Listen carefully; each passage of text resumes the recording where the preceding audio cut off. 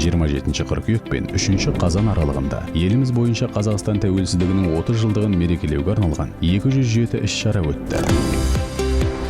Осы аптада Біріккен ұлттар ұйымы бас ассамблеясының отырысында президент Қазақстанның Семей полигонын жабу туралы шешім қабылдап, ядролық қуаты жағынан 4-ші саналатын арсеналдан бас тартқанына биыл 30 жыл толғандығын атап өтті. Қасым-Жомарт Тоқаев әлем елдерін ядролық сынақтарға жан-жақты тыйым салу туралы шарттың тезірек күшіне енуіне қол жеткізуге шақырды.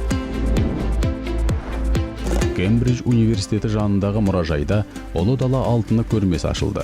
Осыдан 2,5 мың жыл бұрын жасалған жүздеген алтын артефактілер халықаралық аудиторияға Қазақстан тәуелсіздігінің 30 жылдығын мерекелеу жылында алғаш рет ұсынылды.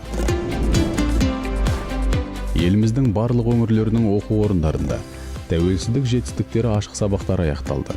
Жобаның ерекшелігі оқушыларға мұғалімдермен бірге өңірдің белгілі қайраткерлері тәуелсіздік жетістіктері туралы айтып берді.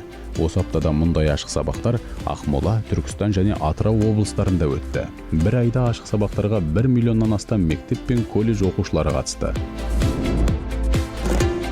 Мұғалімдер күніне орай еліміздің барлық өңірлерінде үздік педагогтар білім беру жүйесін дамытуға қосқан үлесі және жоғары жетістіктері үшін марапатталды.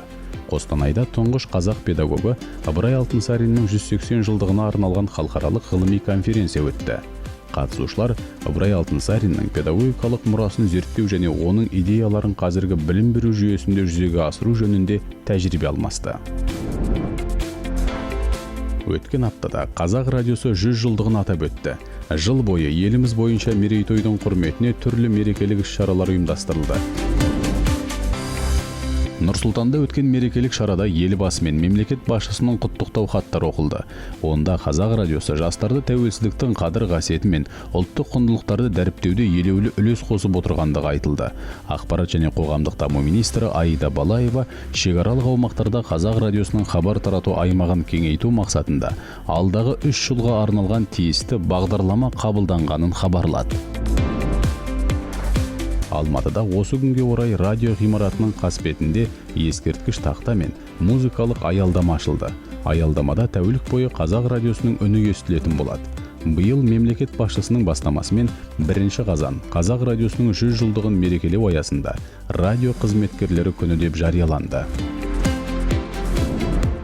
Тәуелсіздіктің 30 жылдығын атап өтуге қатысты барлық шаралармен 30 жыл KZ сайтында таныс бола аласыздар.